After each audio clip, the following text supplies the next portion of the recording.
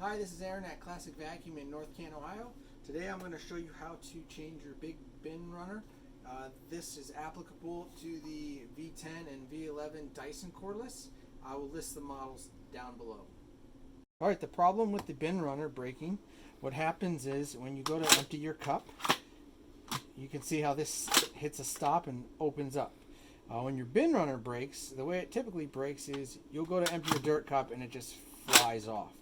The reason for that is I'll remove the bin assembly. So right down here at the bottom on the end of the bin runner there's that lip. What happens is that can break off. That's what stops your bin from flying off when you empty the dirt cup.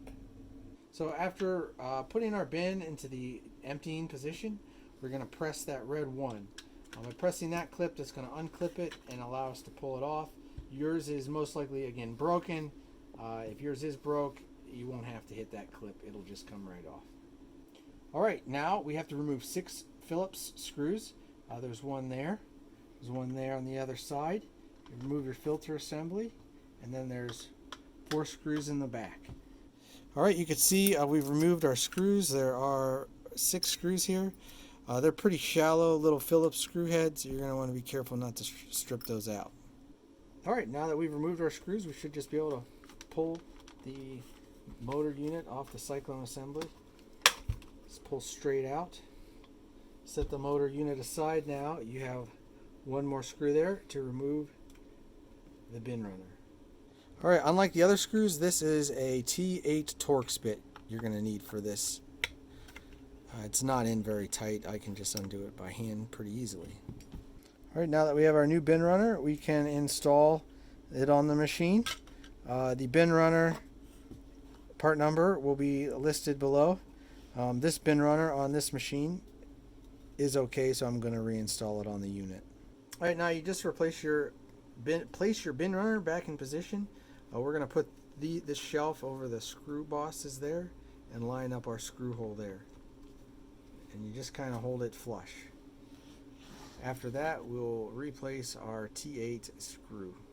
Alright, now that we've replaced that, we got the screw tight, not too tight. The bin runner is on securely. We're going to reattach the cyclone assembly to the motor unit. You're going to want to hook this plug here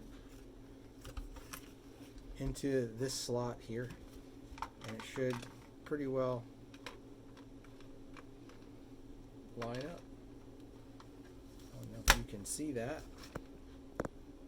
Just lines right up. Goes right on. Now we will replace our 1, 2, 3, 4, 5, 6 screws. Alright, now that we have it back together, our screws secured, we can reinstall our filter. Next, we're going to reinstall our bin runner. We need to line up these slots with the bin runner. And then once we get it started, we're just going to slide it down and it's going to go right on. Close our dirt cup, put it into place, and give her a test. Make sure now our bin should be locking and not flying off into the trash can. Alright guys, thanks for watching. That's how you replace your bin runner on your Dyson cordless. If you have any questions, email us, call us, leave something in the comments. We'll be happy to respond to you. I try to keep these in stock best I can. And thanks a lot. Happy cleaning.